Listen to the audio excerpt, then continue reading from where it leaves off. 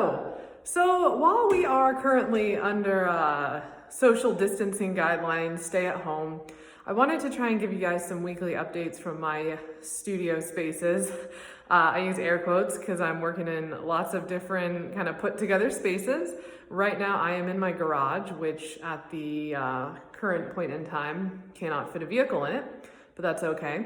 So I wanted to show you this week what I'm trying to work on. I have a project that I am trying to finish. There's quite a ways to go for a local library. It's a chair donation and they asked me to paint one. So I'm gonna go ahead and show you what I have started. I'm gonna show you a little bit of my process today. And my hope is that at least once a week, I can kind of take you through what I'm working on and what I'm going through.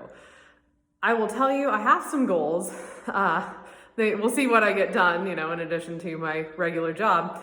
But I'm hoping that I can also do a little bit of plein air painting.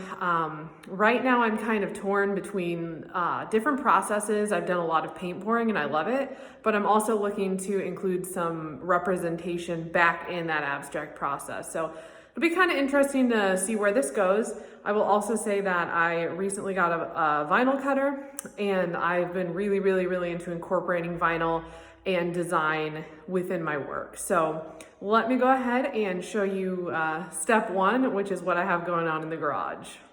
Okay, so bear with me because this will be a little bit clunky. Right now I'm shooting all this video on my phone. We'll see as the weeks continue, perhaps I'll get more advanced, but you get the idea. Say hello to my cable pretzel in the background.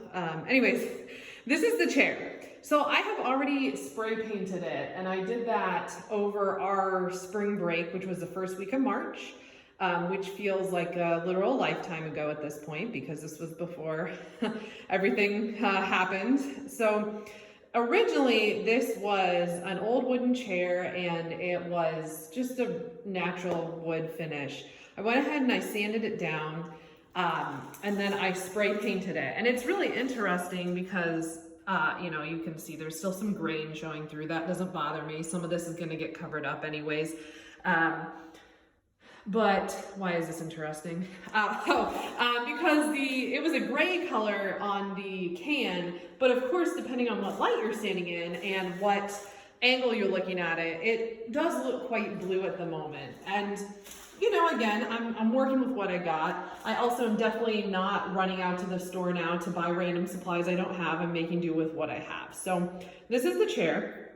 My eventual goal is to have some pours and possibly some vinyl cutouts that are layered onto the chair. So the rest of the garage looks like this. You can tell I'm like losing my mind here. Nope, there's that lovely trash can, but anyways. So how I've done these, if you know my work, you can see number one, there's plastic everywhere. If you've ever seen the TV show Dexter, that's what I always feel like when I'm prepping any surface. This is all plastic sheeting. This is actually a shower curtain that I got. I think it was maybe like at a Dollar Tree or something. It was another cheap way to put a tarp down. And if you know my work, you know that starting in grad school, I started using Liquitex pouring medium, which is really thick and glossy, and you can add fluid acrylics into it to pour paint, perhaps not surprisingly. Well, that stuff is expensive, and I'm trying to use it, but also mix up the different textures I have. So what I used for these, I picked 3 colors. I actually got this paint all at Menards. And it's not really very effective. You can't see it very well. But this is just a regular interior satin house paint. I want to say these were maybe 10 bucks a can. And I went through, I picked 3 colors. Let me go ahead and put all these lids next to each other so you can see. Because I was thinking at the time about landscape and flowers. And that's something that's always been interesting to me. So I picked those 3 colors and then mixed them up, stirred them around. Instead of using, again, the glossy, clear medium, I'm using regular paint and I poured it onto these particular panels. Now, a word about the panels. These I am I've had a lot of help throughout my adventures in art, and these I had help constructing them, but they are literally just pieces of lumber that have, I think we even just, we did use a nail gun to nail them together. But basically, I assembled, with the help of Charlie, I can't take all the credit, but I assembled these frames, and we stretched plastic over it just like you'd be stretching a canvas. And the reason we did that, and somewhere in a basement in Ohio, the rest of it exists, and one day they will be reunited, but that's not this day, definitely not anytime soon. These actually, there's like a stacking slot holder that you can layer each of these in. So when you're in a confined space, you know, I don't have the most space ever. They actually technically can stack on top of each other without touching each other, but don't have that part here. I just wanted to let you know. So when I was pouring these, I actually did think about flowers this time, and you might be able to see that in some of these particular pieces. And I just kind of went with it, you know. As I'm doing these, I'm just letting the shapes take form. But in the past, I've just kind of been like, you know, whatever, what kind of blob happens. Well, here again, I had a specific idea in mind. I was thinking about the landscape. I've always thought about synthetic chemicals, and now that we have our COVID-19 threats looming in the air, that sounds a lot more ominous than it is. Wash your hands, practice social distancing. But now that we have a different, you know, a continued world, these continue to evolve for me. So why, you might ask, do I pour all this house paint on these plastic sheets that are then on additional plastic sheets? Well, and you can see I use this as a paint palette once. Welcome to my world. Plastic, number one, protects us because this is a rental, so one day I would like to have my deposit back. But the second reason is because what will happen, let's see, I've been looking at a couple of these guys. I'm really excited to peel some of these off. This is just a regular plastic sheeting. I will see if I can find a package that I have laying around.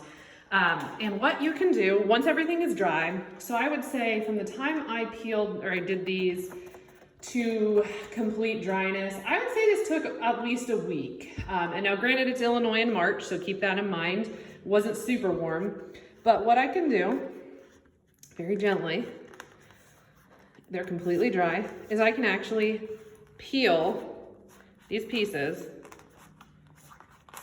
with one hand off the plastic. And what that gives me,